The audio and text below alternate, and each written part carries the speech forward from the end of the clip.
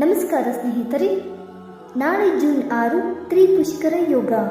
ಮಕರ ರಾಶಿ ಜೊತೆ ಈ 5 ರಾಶಿಗೆ ಹಣ ಮತ್ತು ಯಶಸ್ಸು. ನಾಳೆ ಅಂದರೆ ಜುಲೈ 6ರಂದು ಹರ್ಷ ಯೋಗ, ತ್ರಿಪುಷ್ಕರ ಯೋಗ ಸೇರಿದಂತೆ ಹಲವು ವಿಶೇಷ ಯೋಗಗಳು ರೂಪುಗೊಳ್ಳುತ್ತಿವೆ.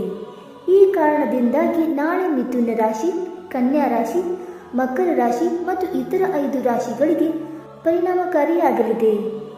ನಾಳೆ ಶನಿವಾರ ಜೂನ್ 6ರಂದು ಚಂದ್ರನು ಮಿಥುನ ರಾಶಿಯ ನಂತರ ಕರ್ಕ ರಾಶಿಗೆ ಚಲಿಸಲಿದ್ದಾನೆ.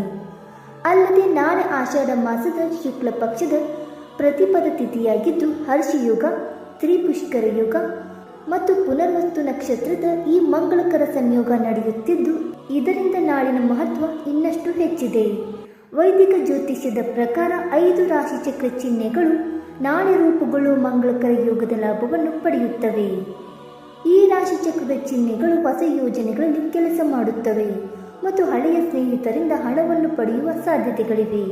ಹಾಗಾದರೆ ಆ ಅದೃಷ್ಟವಂತ ರಾಶಿಗಳು ಯಾವುವೆಂದು ತಿಳಿದುಕೊಳ್ಳೋಣ ಬನ್ನಿ ಸ್ನೇಹಿತರೆ. ಅದಕ್ಕೂ ಮುಂಚೆ ನೀವಿನ್ನೂ ನಮ್ಮ ಚಾನಲ್ಗೆ ಸಬ್ಸ್ಕ್ರೈಬ್ ಮಾಡದೆ ನೋಡ್ತಾ ಇದ್ದರೆ ದಯವಿಟ್ಟು ನಮ್ಮ ಚಾನಲ್ಗೆ ಸಬ್ಸ್ಕ್ರೈಬ್ ಮಾಡಿಕೊಳ್ಳಿ ಸ್ನೇಹಿತರೆ. ಹಾಗೆ ವೈದಿಕ ಜ್ಯೋತಿಷ್ಯ ಮತ್ತು ಆಚಾರ ವಿಚಾರಗಳಲ್ಲಿ ನಂಬಿಕೆ ಇದ್ದರೆ ವಿಡಿಯೋಗೊಂದು ಲೈಕ್ ಕೊಟ್ಟು ನಿಮ್ಮ ಆತ್ಮೀಯರಿಗೂ ಶೇರ್ ಮಾಡಿ. ಮೊದಲನೆಯದಾಗಿ ಮಿಥುನ ರಾಶಿ. ನಾಳೆ ಅಂದರೆ ಜುಲೈ 6 ಮಿಥುನ ರಾಶಿಯವರಿಗೆ ಬಹಳ ವಿಶೇಷವಾದ ದಿನವಾಗಿದೆ. ಮಿಥುನ ರಾಶಿಯವರು ನಾಳೆ ಯಾವುದೇ ಕೆಲಸವನ್ನು ದೃಢ ಸಂಕಲ್ಪದಿಂದ ಮಾಡಿದರೆ ಅದರಲ್ಲಿ ಯಶಸ್ಸು ಸಿಗುತ್ತದೆ ಮತ್ತು ಉದ್ಯೋಗದ ನಿರೀಕ್ಷೆಯಲ್ಲಿರುವ ಯುವಕರಿಗೂ ಒಳ್ಳೆಯ ಸುದ್ದಿ ಸಿಗುತ್ತದೆ. ನೀವು ತೆಗೆದುಕೊಂಡ ನಿರ್ಧಾರಗಳು ಸರಿಯಾಗಿವೆ ಎಂದು ಸಾಬೀತುಪಡಿಸುತ್ತದೆ ಮತ್ತು ನೀವು ಸ್ನೇಹಿತರೊಂದಿಗೆ ಎಲ್ಲೋ ಹೊರಗೆ ಹೋಗಲು ಯೋಚಿಸುತ್ತೀರಿ. ಅಕ್ಕ ತಂಗಿಯರೊಂದಿಗಿನ ಸಂಬಂಧದಲ್ಲಿ ಯಾವುದೇ ಸಮಸ್ಯೆಗಳು ನಡೆಯುತ್ತಿದ್ದರೆ ನಾಳೆ ಅದು ಕೊನೆಗೊಳ್ಳುತ್ತದೆ ಮತ್ತು ಸಂಬಂಧಗಳು ಮತ್ತೆ ಗಟ್ಟಿಯಾಗುತ್ತವೆ. ವ್ಯವಹಾರದಲ್ಲಿ ಹೊಸ ಪ್ರಯತ್ನಗಳನ್ನು ಮಾಡುವ ಮೂಲಕ ನೀವು ಉತ್ತಮ ಯಶಸ್ಸನ್ನು ಪಡೆಯುತ್ತೀರಿ ಮತ್ತು ಆರ್ಥಿಕ ಲಾಭವನ್ನು ಪಡೆಯಲು ಸಾಧ್ಯವಾಗುತ್ತದೆ. ಎರಡನೆಯದಾಗಿ ಕನ್ಯಾ ರಾಶಿ. ನಾಳೆ ಅಂದರೆ ಜುಲೈ 6 ಕನ್ಯಾ ರಾಶಿಯ ಜನರ ಜೀವನದಲ್ಲಿ ಹೊಸ ಉದಯವನ್ನು ತಂದಿದೆ. ಶನಿದೇವರ ಆಶೀರ್ವಾದದಿಂದ ಕನ್ಯಾ ರಾಶಿಯವರಿಗೆ ಆರ್ಥಿಕ ಪರಿಸ್ಥಿತಿಯಲ್ಲಿ ಸುಧಾರಣೆಯಾಗುವ ಸಾಧ್ಯತೆಗಳಿದ್ದು, ಸಮಾಜದಲ್ಲಿ ನಿಮ್ಮ ಗೌರವವು ಹೆಚ್ಚುತ್ತದೆ. ನಿಮ್ಮ ವೃತ್ತಿ ಜೀವನದಲ್ಲಿ ಅನಿಶ್ಚಿತತೆಗಳು ದೂರವಾಗುತ್ತವೆ ಮತ್ತು ವೃತ್ತಿಪರ ಜೀವನದಲ್ಲಿ ಯಶಸ್ಸನ್ನು ಸಾಧಿಸಲು ಸಾಧ್ಯತೆಗಳಿವೆ. ನೀವು ವಿದೇಶಕ್ಕೆ ಹೋಗಲು ಪ್ರಯತ್ನಿಸುತ್ತಿದ್ದರೆ ನಾಳೆ ನೀವು ಯಶಸ್ವಿಯಾಗಬಹುದು. ಕುಟುಂಬದಲ್ಲಿ ವಿವಾಹಿತ ಜನರ ನಡುವಿನ ಸಂಬಂಧದ ವಿಷಯವು ಪ್ರಗತಿಯಾಗಬಹುದು. ಇದರಿಂದಾಗಿ ಎಲ್ಲ ಕುಟುಂಬ ಸದಸ್ಯರು ತುಂಬ ಸಂತೋಷವಾಗಿರುತ್ತಾರೆ ಮತ್ತು ಕೆಲವು ಮಂಗಳಕರ ಘಟನೆಗಳು ಸಹ ನಡೆಯಬಹುದು. ಮೂರನೆಯದಾಗಿ ವೃಶ್ಚಿಕ ರಾಶಿ. ನಾಳೆ ಅಂದರೆ ಜುಲೈ 6 ವೃಶ್ಚಿಕ ರಾಶಿಯವರಿಗೆ ಪ್ರಯೋಜನಕಾರಿಯಾಗಲಿದೆ. ವೃಶ್ಚಿಕ ರಾಶಿಯ ಜನರ ಜೀವನದಲ್ಲಿ ನಾಳೆ ದೊಡ್ಡ ಬದಲಾವಣೆಗಳಾಗುತ್ತವೆ ಮತ್ತು ನೀವು ಸೌಕರ್ಯಗಳು ಮತ್ತು ಐಷಾರಾಮಿಗಳಿಂದ ತುಂಬಿದ ಜೀವನವನ್ನು ಕಾಣುತ್ತೀರಿ.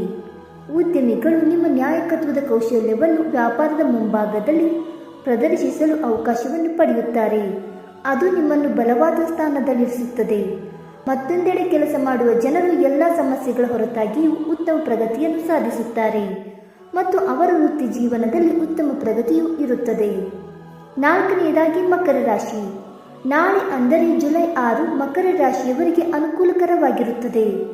ಮಕರ ರಾಶಿಯವರು ನಾಳೆ ಜೀವನವನ್ನು ಆನಂದಿಸುತ್ತಾರೆ. ಕುಟುಂಬದಲ್ಲಿ ಯಾವುದೇ ವಿವಾದಗಳು ನಡೆಯುತ್ತಿದ್ದರೆ ಅದನ್ನು ನಾಳೆ ಹಿರಿಯರ ಮೂಲಕ ಪರಿಹರಿಸಲಾಗುವುದು ಮತ್ತು ನಿಮ್ಮ ಬಾಕಿ ಇರುವ ಮನೆಯ ಕೆಲಸಗಳು ಸಹ ಪೂರ್ಣಗೊಳ್ಳುತ್ತವೆ.